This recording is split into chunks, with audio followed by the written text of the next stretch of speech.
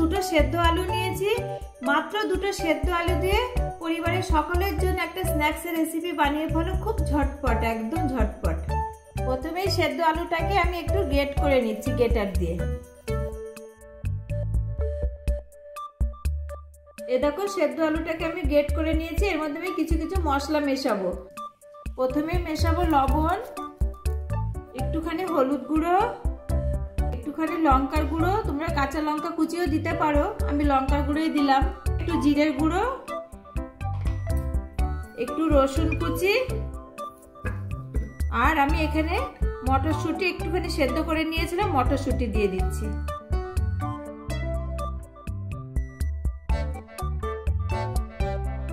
মেখে নিয়েছি। এবার মেশাচ্ছি চাট মশলা অল্প করে,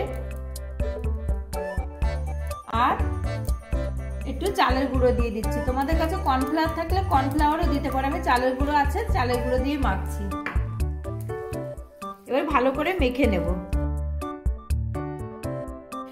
দেখো সুন্দর করে একটা শক্ত ডো তৈরি করে নিয়েছি আলুর। এবার তোমরা দেখো আমি কি করছি। এখান থেকে লেচি কেটে নেব, নিয়ে লম্বা এইভাবে শেপ দিয়ে নেব। হাতে একটু তেল মাখিয়ে নিয়েছি।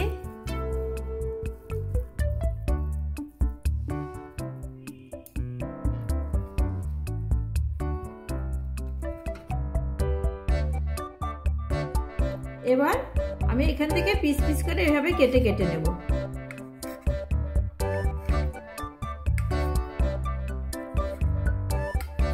এই দেখো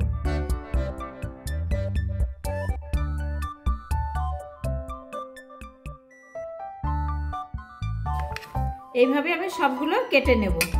দেখো আমি কেটে নিয়েছি। এবার আমি তেলে ভেজে নেব। ভাজার জন্য কড়াইতে সাদা তেল দিচ্ছি। হয়ে গেছে, আমি একে একে ছেড়ে দিচ্ছি।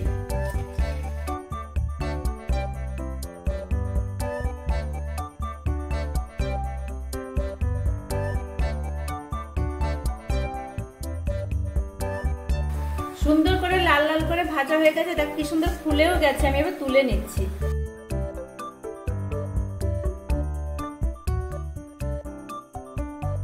দেখো বন্ধুরা, দুটো আলু দিয়ে আমি কি সুন্দর ভাবে স্ন্যাক্সের রেসিপি বানিয়ে ফেললাম ঝটপট।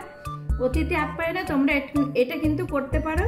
বাড়িতে অতিথি বসে থাকলে সঙ্গে সঙ্গে এটা করা যায়। খুবই একটা ভালো রেসিপি, আর বাচ্চাদের তো খুব পছন্দের একটা রেসিপি। আলু মানে বাচ্চাদের পছন্দ। তাহলে আমার এই রেসিপিটা তোমাদের কেমন লাগলো অবশ্যই জানাবে, আর আমার চ্যানেলটি তোমরা সাবস্ক্রাইব করে দিও। কতটা দেখো কি সুন্দর হয়েছে, মুচমুচে একদম। আর ভেতরটাও দেখো কত সুন্দর। সস দিয়ে তো খেতে দারুণ লাগবে।